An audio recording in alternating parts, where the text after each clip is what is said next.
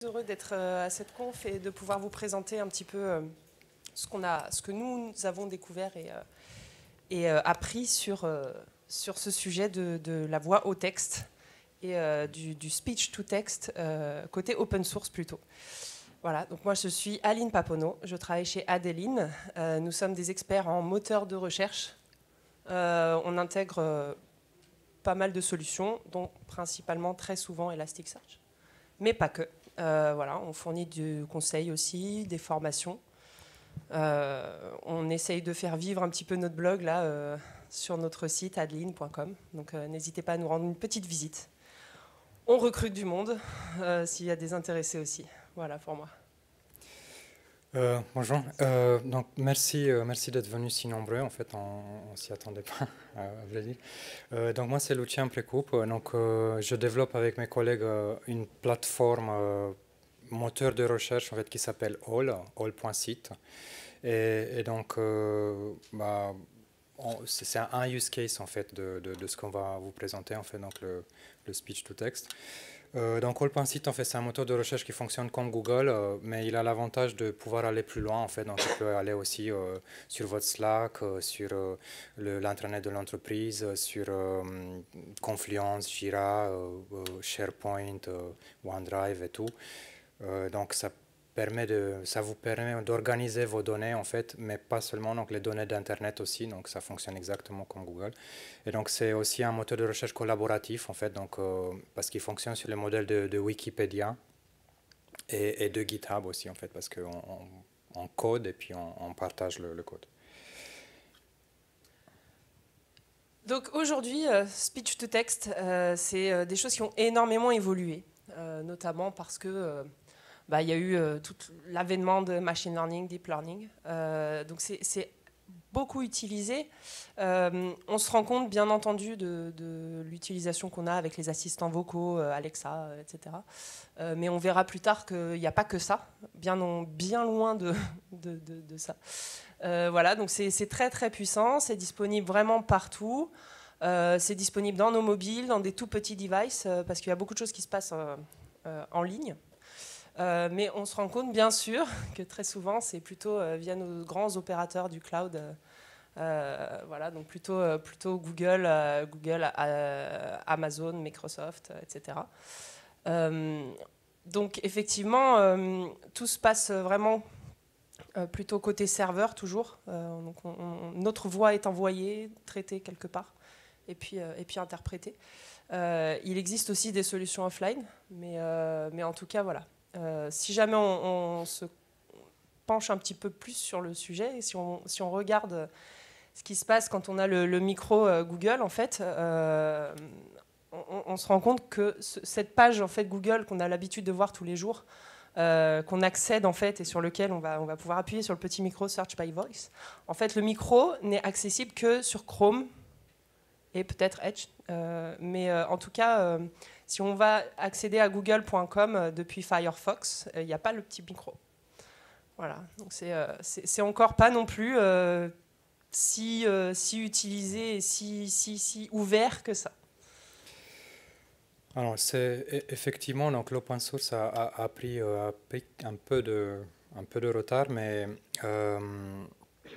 les 3 dernières années en fait il y a quand même beaucoup d'avancées, énormément même.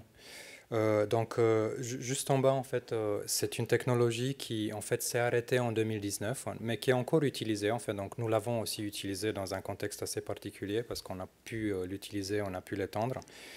Mais depuis, en fait, donc depuis 2019, avec tout l'essor, en fait, du machine learning, du deep learning, on voit en fait des bibliothèques apparaître. Donc, Kaldi, en fait, c'est une bibliothèque très puissante. Donc, c'est une bibliothèque bas niveau.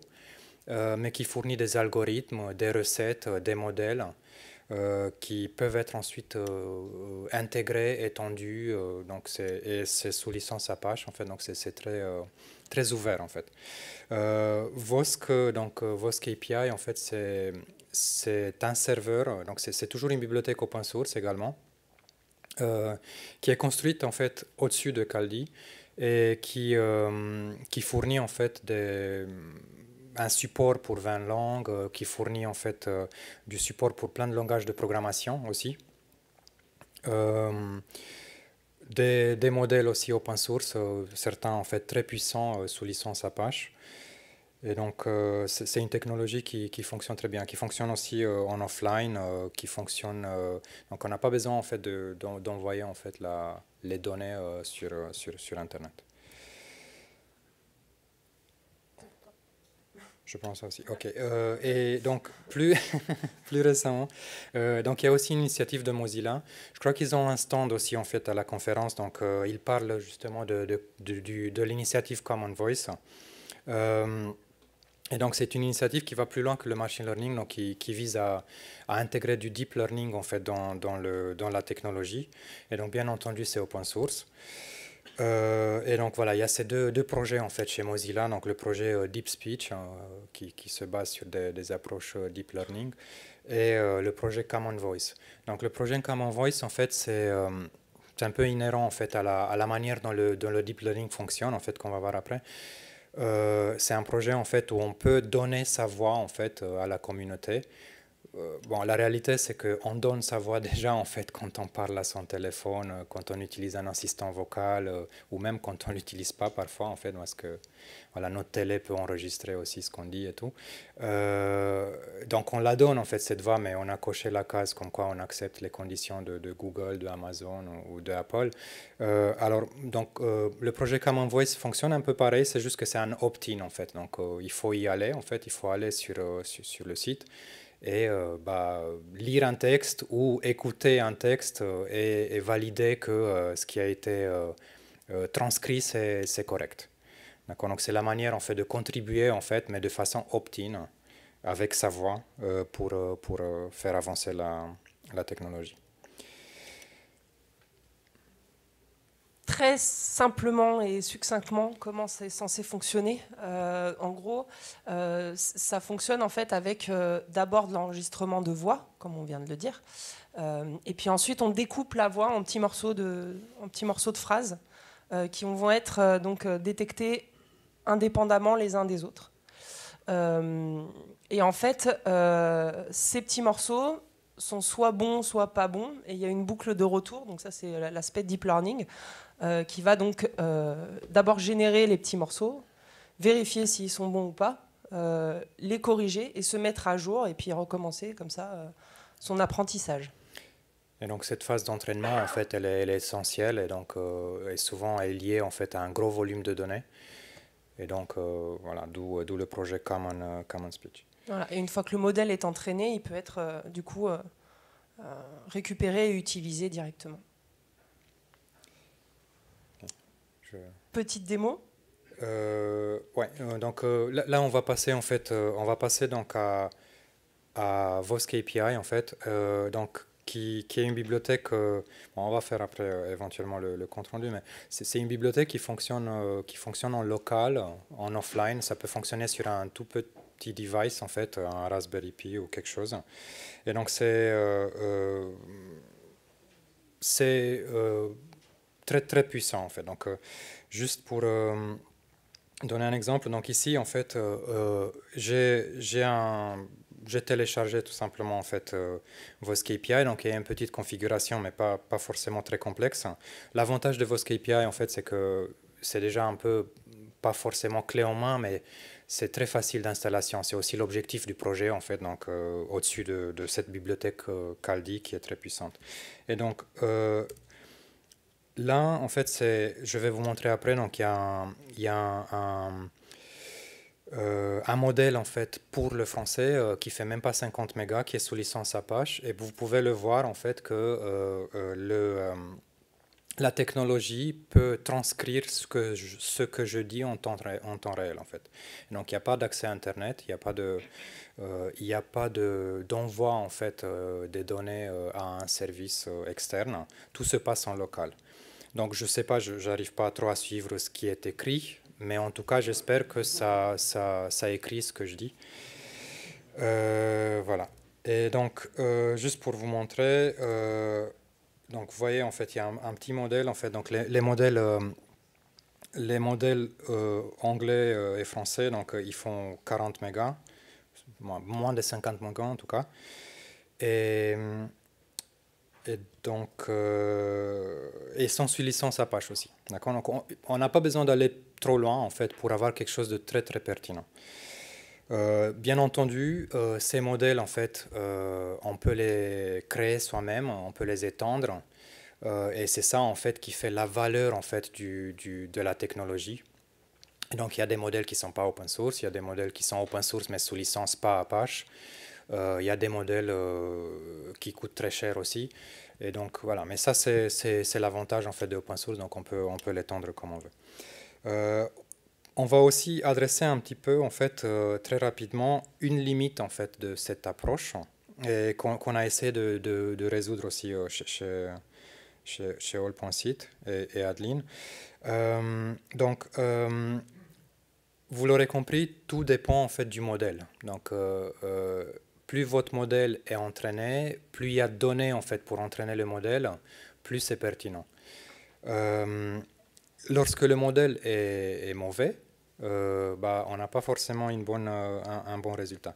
On va faire en fait un test ici, donc pour introduire la suite en fait. Donc, je vais supprimer le modèle.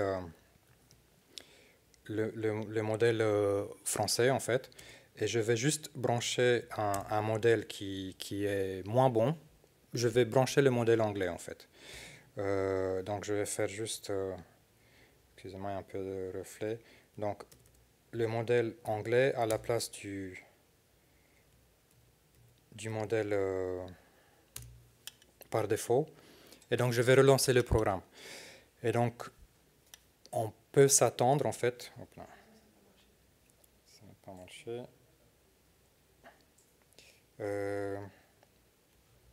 Ok. Je vais juste copier ça avec... c'est ma copie qui n'a pas marché. Ok, c'est pas grave. Donc je vais excusez-moi pour ce petit... on va faire comme ça. Donc on supprime le modèle. Delete. Et donc on va brancher le modèle, un modèle erroné en fait à la place.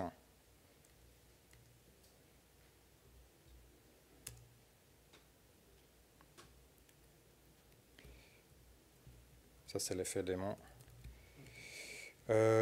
Voilà, ça devrait fonctionner mieux. Voilà. Et donc je vais faire la même chose, donc je vais parler en fait à l'ordinateur. C'est juste que je suis en train de parler en français alors que le modèle il n'est pas entraîné en fait pour le français. Et d'ailleurs il y a très peu de modèles en fait qui savent en fait traiter à la volée en fait du multilangue en fait. Voilà. Et donc on retourne en fait on retourne à la présentation. Donc en résumé, une bibliothèque très puissante, open source sous licence Apache, qui fonctionne en offline. Et les limites telles qu'on les a vues. Juste pour dire en fait où est-ce qu'on a besoin en fait du multilangue, parce que en fait dans la vie d'aujourd'hui, en fait ça dépend aussi où vous travaillez, mais il y a par exemple si vous travaillez en Belgique, il y a des réunions en fait où on entend de l'anglais, du flamand et du français en fait dans la même réunion. Et donc ça arrive. Il y a aussi dans la vie de tous les jours en fait, il y a pas mal à la maison on peut parler en fait à ses enfants une autre langue en fait et donc et il y a aussi beaucoup de contenu également, que ce soit des vidéos en fait ou du contenu de formation en fait. Donc là c'est un exemple c'est une chanson qui est en multilangue en fait. Donc on a ce use case là. Et c'est un peu pareil chez nos amis Google, puisque en fait, là on a un exemple avec Google Meet où on a activé en fait la transcription automatique du texte. C'est exactement la même chose. On choisit un modèle avec une langue. Si on n'a pas pris le bon modèle, il va rien comprendre non plus, et il n'est pas non plus capable d'aller retranscrire, et ni même de comprendre que c'est pas le bon langage. En tout cas, c'est pas du tout fait là. Donc là, on a l'exemple où on parle en français avec de l'interprétation de texte anglais. C'est vraiment important de bien choisir le modèle. C'est pour dire qu'en fait, il y a de l'avancée à faire un peu partout. Ouais, à ce sujet-là, on a un speech qu'on avait fait à Berlin Buzzwords 2021 sur le sujet du speech to text multilingue, où on a mis en place une solution, ou en tout cas tenté de le faire, en utilisant Elasticsearch et puis une lib open source. Ouais, on va aller un peu plus vite, mais juste le principe en fait derrière ce qu'on a fait en fait, c'est que on s'est basé sur donc une translation en fait du texte qui est la translation que vous avez peut-être vu à l'école en fait, donc qui parle en phonème en fait. Donc on réfléchit pas en langue, on réfléchit en phonème. Donc on dit voilà, c'est que des sons en fait. Donc quelle que soit la langue, ces sons, c'est un sort de langage international en fait. Et donc on s'est basé là-dessus en fait pour en fait court-circuiter un peu les librairies qui existaient pour ne pas générer en fait du français et de l'anglais, mais générer des phonèmes. Et donc là vous voyez en fait l'alphabet IPA donc pour les phonèmes. Ou bien en bas c'est il y a une alternative qui s'appelle Arpabet qui vise la même chose. Ouais, on a une dernière démo à vous montrer. Et avant ça, je voulais juste vous reparler des différentes utilisations du speech-to-text. Comme je le disais, on a vu un petit peu la retranscription déjà avec l'exemple de Google Meet. On a aussi, surtout, ce qu'on va voir juste après, un besoin d'indexer des contenus, puisqu'il y a de plus en plus de contenus médias et puis de plus en plus de besoin de faire le tri là-dedans et d'être capable de rechercher dedans. C'est notamment ce qui nous intéresse chez Adeline, cette partie-là. Donc, par exemple, voilà, des bases de connaissances de vidéos, des podcasts, des conférences. Et puis, j'ai mis en dernier, en fait, reconnaître une requête à un assistant vocal ou un robot, parce qu'au final, c'est une application très visible, très intéressante, mais peut-être pas le plus gros de l'utilisation aujourd'hui. Et voilà, un petit speech sur ce sujet assistant vocaux qu'on avait donné aussi à Elastic donc Conference. Le cas d'utilisation assistant vocal est très bien supporté par tous les services en ligne, donc l'open source et puis le offline n'apporte pas forcément grand-chose là-dessus, mais c'est juste pour, voilà, on sait qu'on peut le faire.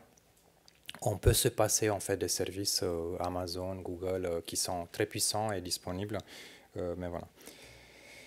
Ça c'est donc un dernier use case en fait, et donc pour vous montrer comment nous on utilise en fait ces technologies. Donc sur all.site, donc qui est un moteur de recherche comme je disais comme Google, qui permet d'indexer du contenu sur Internet, mais également en fait du contenu que Google ne peut pas accéder. Et donc le use case en fait c'est avec du contenu en fait de formation. Et ces contenus-là, en fait, donc là c'est un exemple, en fait, c'est des formations données par Stripe, mais c'est valable en fait dans toute entreprise. Donc c'est du contenu en fait qui est souvent, donc là dans cet exemple-là, si vous regardez sur ce contenu-là, il y a 90 pages HTML et 10 vidéos. Donc il y a quand même 10% de contenu média en fait dans les formations. Généralement dans les formations, parfois il y en a beaucoup plus. Et donc, et aussi sur les intranets, etc., d'entreprises, souvent le contenu maintenant se distribue sous forme de audio et vidéo. Et donc, nous avons utilisé donc Vosk API pour justement, en tant que crawler, ne pas s'arrêter aux vidéos. Donc, lorsqu'on va chercher en fait les données pour les indexer, on va crawler en fait un site web. Les moteurs de recherche d'aujourd'hui en fait s'arrêtent au contenu média. Ils indexent probablement en fait et certainement les métadonnées en fait du contenu média, donc le nom de la vidéo, éventuellement quelques métadonnées qui sont disponibles, mais ne vont pas au-delà. Donc là en fait c'était pour s'affranchir de ça. Donc on est allé en fait à indexer le texte qui se trouve à l'intérieur des vidéos, au même titre qu'on peut indexer le texte qui se trouve à l'intérieur des images avec de l'OCR. Et donc là, par exemple, on peut faire quelques recherches.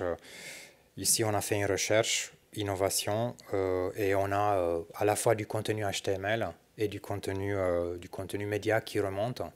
Et donc le texte qui est trouvé, il se trouve à l'intérieur de la vidéo. Donc c'est quelqu'un qui parle, donc on voit l'extrait ici, qui est l'extrait texte dans la vidéo. D'accord, donc la deuxième réponse ici dans cette requête-là, dans ce résultat de recherche, c'est une vidéo. Et je pense qu'on a fini. Voilà. On a démarré aussi un peu en retard, mais voilà.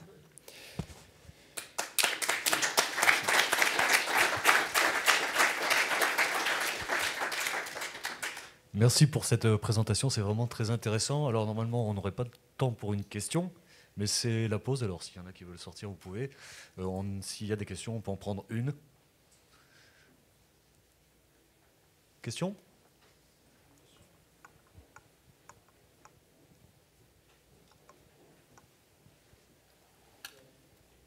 Donc, merci pour la conférence. J'ai une question. En fait, donc, en ce qui concerne donc la démarche inverse, est-ce que vous connaissez des bonnes bibliothèques pour la synthèse vocale?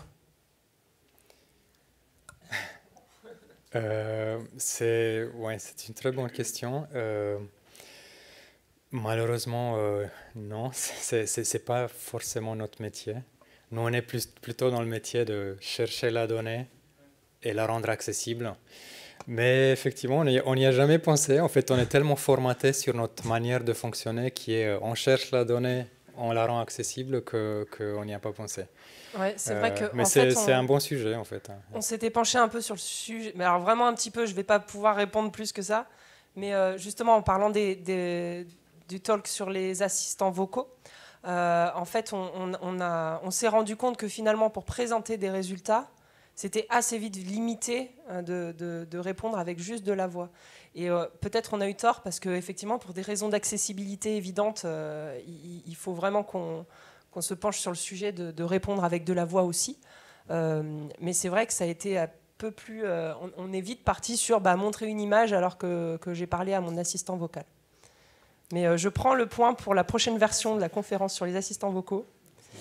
On ne se loupera pas. Merci à vous. Est-ce qu'il y a un endroit où on peut vous retrouver sur un stand ? Eh ben, on va se balader simplement. On est mobile. On est tous les quatre là. Donc, Luciane, Vincent, Sébastien, n'hésitez pas à venir nous faire coucou. On va essayer de se mettre des autocollants sur la tête. Et je pense que vous nous retrouverez facilement. Merci beaucoup. Merci à vous. Merci.